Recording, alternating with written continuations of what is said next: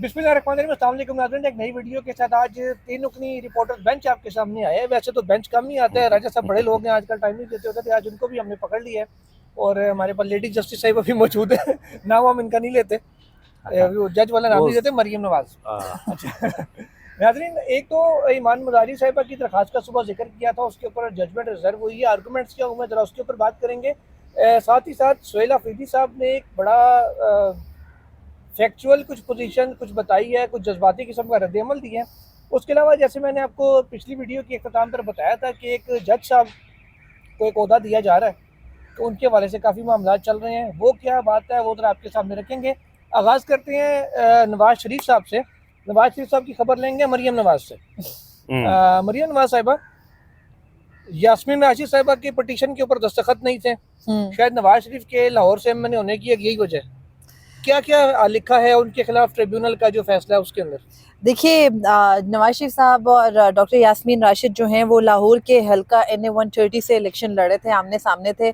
और नवाज शरीफ साहब के बारे में तो ये भी कहा जाता है कि जो उनके 1,70,000 से ज़ायद वोट्स दिखाए गए उसमें एक का इजाफा किया गया था, और डॉक्टर यास्मीन राशिद साहिबा जो है वो काफ़ी बड़ी लीड से उनसे जीत चुकी थी। एक का तो मतलब 70 के आगे एक लगाया गया था, पीछे एक लगाया गया था, जिसके बाद वो 1,70,000 हो गए हैं। और उनका बाकायदा तौर पर फॉर्म 45 जारी करके दिखाया गया था कि नहीं बनते, और कैसे उनके ऊपर काट छांट करके इजाफी जो है वो नंबर्स ऐड किए गए थे वोट्स के। बहरहाल अब डॉक्टर यास्मीन राशिद साहिबा जो कि 9 मई के बाद से अब तक पाबंदी से लासिल है, उन्होंने दरख्वास्त दायर की। वो जेल में होते हुए भी वो इलेक्शन कहा जाता है कि जीती। इलेक्शन ट्रिब्यूनल में वो दरख्वास्त गई, और उसके बाद जब वो इलेक्शन ट्रिब्यूनल में दरख्वास्त गई तो उसके ऊपर नवाज शरीफ के वकील ने जो है वो ये एतराज़ उठाया कि इलेक्शन ट्रिब्यूनल के अंदर एक तो नंबर 1 दरख्वास्त लेट जमा करवाई गई, 14 फरवरी को की गई, 8 फरवरी को इलेक्शन हुए थे। I think with in 3 days tribunal में दरख्वास्त जमा करवानी होती है अगर किसी को कोई बेज़ाब्ती हो। वो कहा जा रहा है कि स्टिपुलेटेड टाइम पीरियड से बाद में जो है वो दरख्वास्त जमा करवाई गई। सेकेंडली ये कि डॉक्टर यास्मीन राशिद के जो वकील हैं उनके हवाले से कहा जाता है कि जी वो डॉक्टर यास्मीन राशिद का हल्फनामा उन्होंने घुमा दिया, इस वजह से जजमेंट तफसीली जारी हुई है। तो उसके मुताबिक इलेक्शन ट्रिब्यूनल के डॉक्टर यास्मीन राशिद के तमाम तर जो डॉक्यूमेंट्स है वो पूरे नहीं थे, लिहाजा इसलिए जो उनकी दरख्वास्त है वो सिर्फ मेंटेनेबिलिटी के ग्राउंड पर जो है वो उड़ा दी गई है। बात इस डिस्कशन में गई ही नहीं है कि डॉक्टर यास्मीन राशिद ने वोट कितने लिए थे और मियां नवाज शरीफ ने वोट कितने लिए थे। 1 लाख से जायद वोटों का ये मामला है लाहौर के इस हल्के का। और आपकी बात बिल्कुल दुरुस्त है कि मियां नवाज शरीफ साहब सिर्फ इसलिए इस वक्त MNA की कुर्सी पर बिराजमान है कि डॉक्टर यास्मीन राशिद साहिबा ने एक दस्तखत अपनी दरख्वास्त पर किए थे, लेकिन वो उनके वकील के मुताबिक गुम हो गए थे, और मियां नवाज शरीफ के मुताबिक हल्फनामा जमा ही नहीं कराया गया। और सेकेंडली ये कि वो जो डेट है उससे ऊपर जाकर उन्होंने दरख्वास्त दी। यूजुअली ये होता है कि गिवन द सर्कमस्टांसेस जो डॉक्टर यास्मीन राशिद साहिबा के हैं वो जेल में ऑलरेडी, ये टाइम बार की जो हद होती है उसको अदालतें चाहे तो वेव ऑफ भी कर सकती है, की नहीं, लेकिन इलेक्शन ट्रिब्यूनल ने, और अब मामला जो है वो आला अदालतों की तरफ आएगा। तो इस तरह से मियां नवाज शरीफ साहब की कुर्सी एक मरतबा कायदा इनकलाब है ना मियां मोहम्मद नवाज शरीफ साहब, और वो जीते हुए हैं। वो तो जब लंदन से वापस आए थे तो ये कहा गया था कि वहाँ एक कबूतर भी उड़ाया था उन्होंने हाथ पर रखकर, और पाकिस्तान को नवाज दो। एक वो आपको पता है तमाम अखबारात में वो जिस दिन 8 फरवरी का इलेक्शन था उस दिन तमाम अखबारात के मुताबिक वज़ीर-ए-आज़म मुंतखब हो चुके थे, और फिर कायदे इनकलाब को एक मौका मिला लीडर बनने का, और 8 फरवरी को वो औलाद की मोहब्बत में हवस से इक़्तिदार, और फिर उस मंडेट पर खड़े होकर, वैसे तो जब वो लंदन गए हुए थे तो आपको याद होगा कि गुजरांवाला जब उन्होंने एक तकरीर की थी, बड़ी मशहूर तकरीर की थी, उन्होंने मुखातब किया था नाम लेकर कुछ लोगों को। तो उस वक़्त बड़े बड़े जो दानश्वर थे उन्होंने ये लिखा था कि मियां मोहम्मद नवाज शरीफ साहब अब जो है वो मंसूर हलाज, नेल्सन मंडेला और मार्टिन लूथर किंग की सफ़ों में शामिल हो गए। और फिर 8 फरवरी को वो मौका आया कि वो वाकई बनते Martin Luther king, Nelson Mandela या मंसूर हलाज बनते, लेकिन उन्होंने हवस से इक़्तिदार और औलाद की मोहब्बत उन पर इतनी गालिब आई कि वो उस डकैती के मंडेट पर खड़े होकर उन्होंने कहा जी कि हम इस मुल्क को जो मसाइल में घिरा हुआ है हम इसको निकाल कर आगे ले जाएंगे।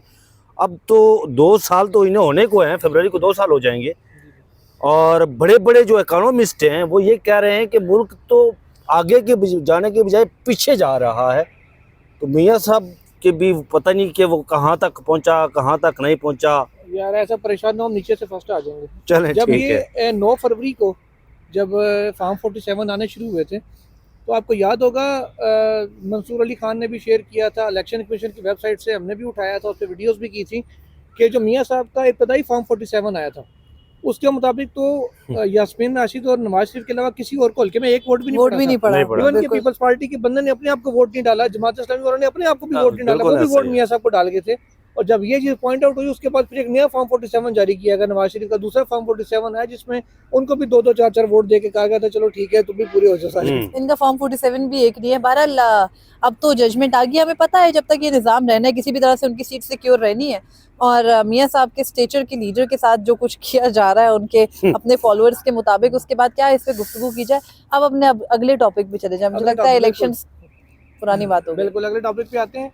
अगले टॉपिक पे आते हुए जरा ईमान मज़ारी साहिबा की तरफ चलें।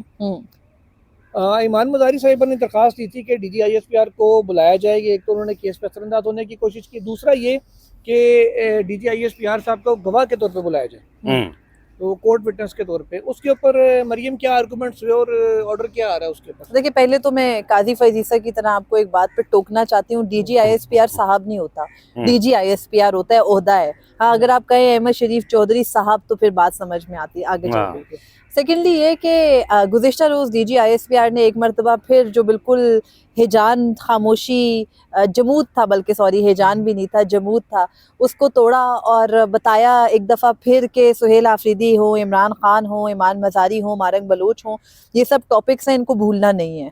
तो गुज़िश्ता रोज़ उन्होंने ईमान मज़ारी से जो है वो मुंसलिक एक ट्वीट चलाई और उसमें उन्होंने कहा कि ये जो मोहतरमा है ये खुद को ह्यूमन राइट एक्टिविस्ट के उससे पहले एक लफ्ज इस्तेमाल किया आपने, वो लफ्ज इस्तेमाल नहीं किया उन्होंने, बारीक वो बाद में दोबारा उन्होंने राजी साहब इस्तेमाल किया। उन्होंने कहा कि ये बारीक वारदाती हैं और इनको बाहर से फंड किया जाता है, बाहर से इनकी डोरें खींची जाती हैं, और कहा कि ये एक दहशतगर्द के हवाले से ये लिखती हैं कि ये इंटेलेक्चुअल प्रोफेसर है और इस प्रोफेसर को जो है वो इन्होंने दहशतगर्द गायब कर दिया, लेकिन बाद में आकर वो खुद इस बात को तस्लीम कर लेता है कि मैं जो है वो दहशतगर्दी में मुलविस था। तो बहरहाल ये सिचुएशन बनी। गुज़िश्ता रोज़ उन्होंने ये गुफ्तगू की जिसके बाद सोशल मीडिया के ऊपर काफ़ी क्रिटिसाइज भी किया गया उनके स्टेटमेंट को, लेकिन चूंकि ईमान मज़ारी और हादी अली चट्टा के खिलाफ मुतनाज़ा ट्वीट केस चल रहा है जिसके अंदर एक भी गवाह अभी तक लेजिटिमेट MCCIA नहीं पेश कर सकी, कोई गवाह जो है वो उसको अंग्रेजी नहीं आती, किसी के पास नहीं होता, उसका आइडेंटिटी कार्ड नहीं होता, हाँ, किसी के पास उसका सर्विस कार्ड नहीं होता, किसी के पास किसी गवाह के को जो है वो उसने स्क्रॉल करते करते ईमान मज़ारी की ट्वीट्स देखी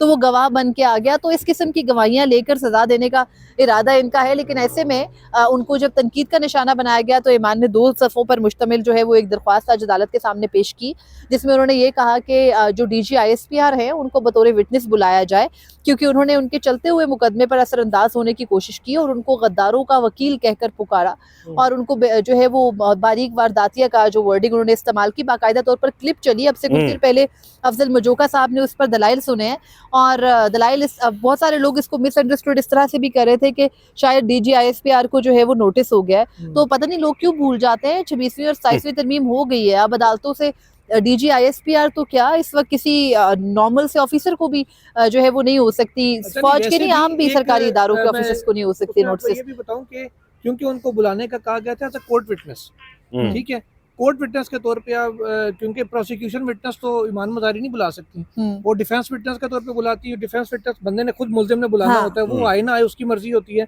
इसलिए उन्होंने दरख्वास्त दी कि कोर्ट विटनेस के तौर पर अदालत इनको बतौर विटनेस बुलाए।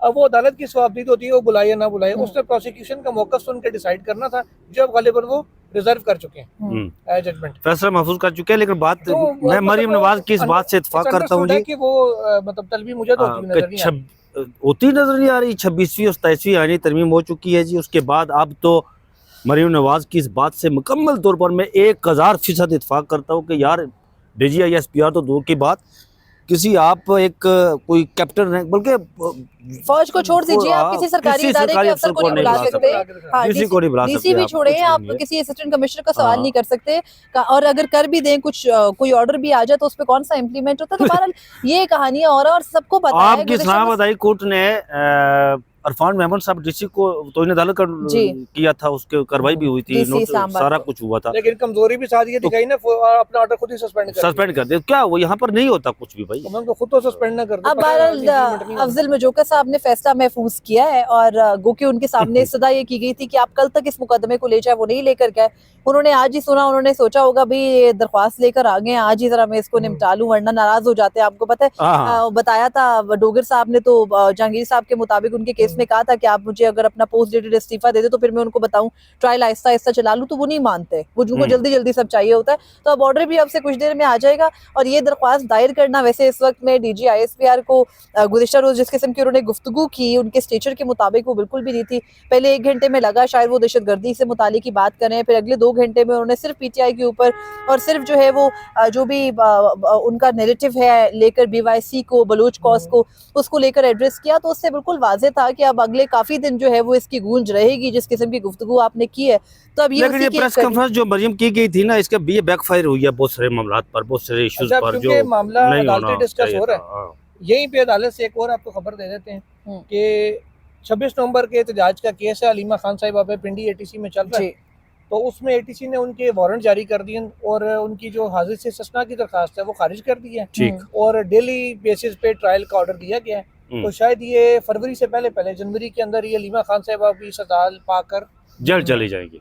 हाँ। ये कहानी तो काफी दिनों से चलाई जा रही है ना कि हलीमा खानम साहिबा को तो हटाना है ताकि ये पूरे का पूरा जो हर मंगल को एक एक्टिविटी होती है PTI की उसको रोका जा सके और इंटरनेशनल रिपोर्ट होती है। फिर हलीमा खानम साहिबा का आपको पता है इमरान खान की बाकी बहनों दोनों के मुकाबले में वो ज्यादा कंपोज्ड है, वो ज्यादा कंपोज्ड है। उज़्मा खानम साहिबा बोलती हैं तो वो ज्यादा सख्त बोलती हैं और वो जो उनको हर एक को शायद जो है ना वो जिस तरह हलीमा खानम टैकल कर रही होती है। अब गुज़िश्ता रोज वो जाकर माल्टे दे रही हैं पुलिस एहलकारों को, उनको बाकायदा बता रही होती है कि हाँ तुम तो ड्यूटी पे हो, हमारे साथ जो कर रहे हो वो कहने पे कर रहे हो ये वो, तो वो अंडरस्टैंड करके चलती हैं। आपको पता है राम लोग जज्बाती होते हैं, जिनको नहीं इस तरह टैकल करना आता होता तो उनको रास्ते से हटाना है। फिर PTI के अंदर से कुछ हल्कों को बड़ी तशवीश है हलीमा खानम के ऊपर। अमीन गंडापुर अपने आखिरी दिनों में किस तरह से उनको MI का एजेंट कह के गए थे और फिर बाकायदा तौर पर इल्जामात लगते हैं, अडयाला जेल के बाहर लोगों को भेजा जाता है। जब सारा कुछ करके हलीमा खानम को डिस्क्रेडिट नहीं कर सके तो अब कोर्ट केस ही वो आखिरी चीज बचती है जिसको किया जाएगा। लेकिन ये बात नहीं समझ में आती इन पॉलिसी साजों को जो भी इस वक्त पॉलिसियां बना रहे हैं कि इतने आप भोंडे मुकदमात में लोगों को डालते जाते हैं जेलों में, आप उनको हीरो बना रहे हैं, कोई फायदा हो नहीं रहा। अब वो वाला जनरेशन गुजर गई है जो टीवी पे देखिए बात सुन के मरियम देखिए बात ये है कि इमरान खान को जेल में डाला था, इनका ख्याल था लोग भूल जाएंगे, ये करेंगे वो करेंगे, कुछ भी नहीं हुआ। पार्टी को खत्म किया, कैसे बोले जब हर महीने आकर एक प्रेस कॉन्फ्रेंस करके खुद आप याद दिलाते हैं कि वो शख्स भी कोई है। अच्छा पिछले 3 साल मैं हैरानकुन तौर पर मरियम आपको बताऊं कि पिछले 3-3.5 साल से देखे जी कि एक प्रेस कॉन्फ्रेंस जिक्र इमरान पर शुरू होती है और जिक्र इमरान पर खत्म हो तो फिर कहते हैं इमरान खत्म शुरू, और पिछले 3 साल से यही जो है सर्कल चालू है। प्रोग्राम देख लें यही चल रहा है, इमरान खान पे खत्म, एंड होता है इमरान खान तो वो हलीमा को डालेंगे जेल में डालेंगे तो फिर कुछ भी नहीं होगा जी। ये उसी तरह वो ज्यादा मरियम ठीक कह रही है कि वो फिर ज्यादा उसको जो है ना वो भूसा मिलेगा, वो भी मकबूल होगी। बकौल वैसे हलीमा खानम के हमारे पूरे खानदान को आप जेल में डाल दें, हम बहनों को भी डाल दें, उनके बच्चे आएंगे, उनको डाल दें, उनके बच्चे आएंगे, ये तो आते रहेंगे ना उनके। अच्छा आगे चले सोहेल अफरीदी साहब वाला, ये अपना मरियम साहबा क्या रिस्पांस दिया है? बड़ा कुछ जज्बाती खिताब किया। सोहेल अफरीदी साहब ने जो एक यूनिवर्सिटी है जो खैबर पख्तूनख्वा में वुमेन यूनिवर्सिटी शहीद बेनज़ीर भुट्टो वुमेन यूनिवर्सिटी, उसके कॉन्वोकेशन से खिताब करते हुए ऑपरेशंस पर जो है वो अपना मौक़िफ़ दिया है और वो ये कहा है कि जो फैक्ट्स कुछ रखे हैं और अपने इलाके के हवाले से ख़ास तौर पर अपनी अफरीदी कौम के हवाले से बात करते हुए आप दीदा हुए। आपको पता है जो हमारे फाटा के अज़ला है मुख्तलिफ, उनमें ये स्कैटर्ड मुख्तलिफ अज़ला के अंदर हैं, ख़ुद भी जहाँ से ताल्लुक़ है सोहेल अफरीदी का ज़िला खैबर। मैं अफरीदी नहीं हूँ, तो उसके बारे में जब वो उस बारे में गुफ्तगू कर रहे थे तो उन्होंने कहा कि उनकी जो अफरीदी कौम है वो कभी भी भीख नहीं मांगा करती थी उनकी औरतें मर्द, लेकिन ऑपरेशंस के बाद इस हालत में आ गए हैं कि अब वो जब देखते हैं तो उनको बहुत अफसोस होता है कि उनकी कौम के साथ क्या कर दिया गया है। उस बात पर वो उनकी आंखों में आंसू आ गए और उन्होंने कहा कि ये आंखों में आंसू मुस्तकबिल के खौफ से ज़रूर है, लेकिन किसी शख्स के या किसी के खौफ या डर की वजह से नहीं है। अगर कोई समझता मैं कमज़ोर हूँ तो मैं नहीं हूँ। उसके अलावा उन्होंने वही बात जो गुज़िश्ता रोज़ उन्होंने अपने पैगाम में भी कही कि खैबर पख्तूनख्वा में 80,000 जाने हम कुर्बान कर चुके हैं, आप 13 से ज़्यादा ऑपरेशंस कर चुके हैं, मिलिट्री ऑपरेशंस फुल फ्लेज, नहीं हल निकल रहा। तो जो बाकायदा तौर पर तमाम ऑल पार्टीज कॉन्फ्रेंस के अंदर बैठकर तय हुआ था जिसमें मुस्लिम लीग नून जो DG ISPR के मुताबिक एक गयूर जमात है, पाकिस्तान पीपल्स पार्टी गयूर जमात है, ANP जमीयत उलमा इस्लाम, उन सब गयूर जमातों ने बैठकर दस्तखत किए इस बात पर कि बातचीत से पहले आप वहाँ की आवाम को एतमाद में लीजिए। कमरान मुर्जा साहब ने यही बात की। कमरान मुर्जा ने कहा कोई वज़ीर आज़म बाइख्तियार नहीं है, सभी बेइख्तियार है।